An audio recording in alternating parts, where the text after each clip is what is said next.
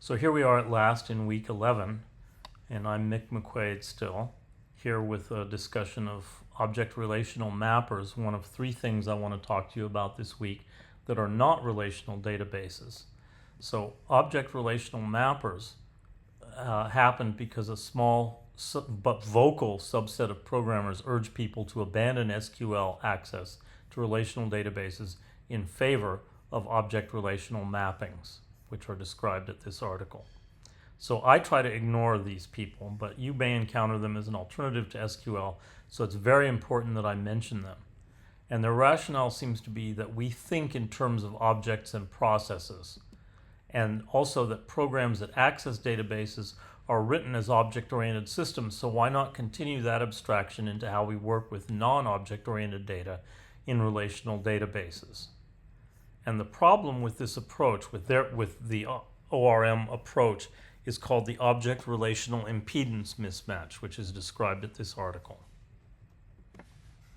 The object relational impedance mismatch is described in various academic papers, such as a classification of object relational impedance mismatch, or object relational mapping revisited, a quantitative study on the impact of database technology on object relational mapping strategies.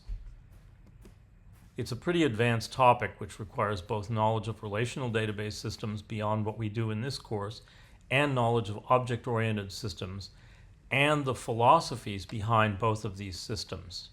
So if I can put it simply, it is to say that the two systems represent different and sometimes conflicting worldviews, and mapping from one to the other requires at least a complete programming language.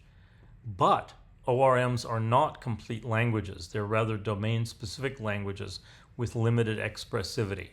So they, in my view, and the view of many people, they can't successfully express the concepts of the object relational mapping.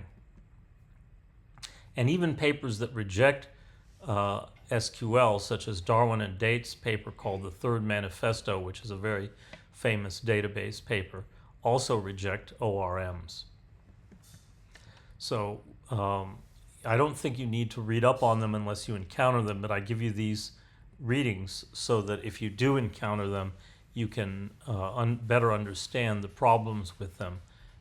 They're bad news as far as I'm concerned, and these three papers can give you some more detail on the reasons to reject them. Thanks for watching.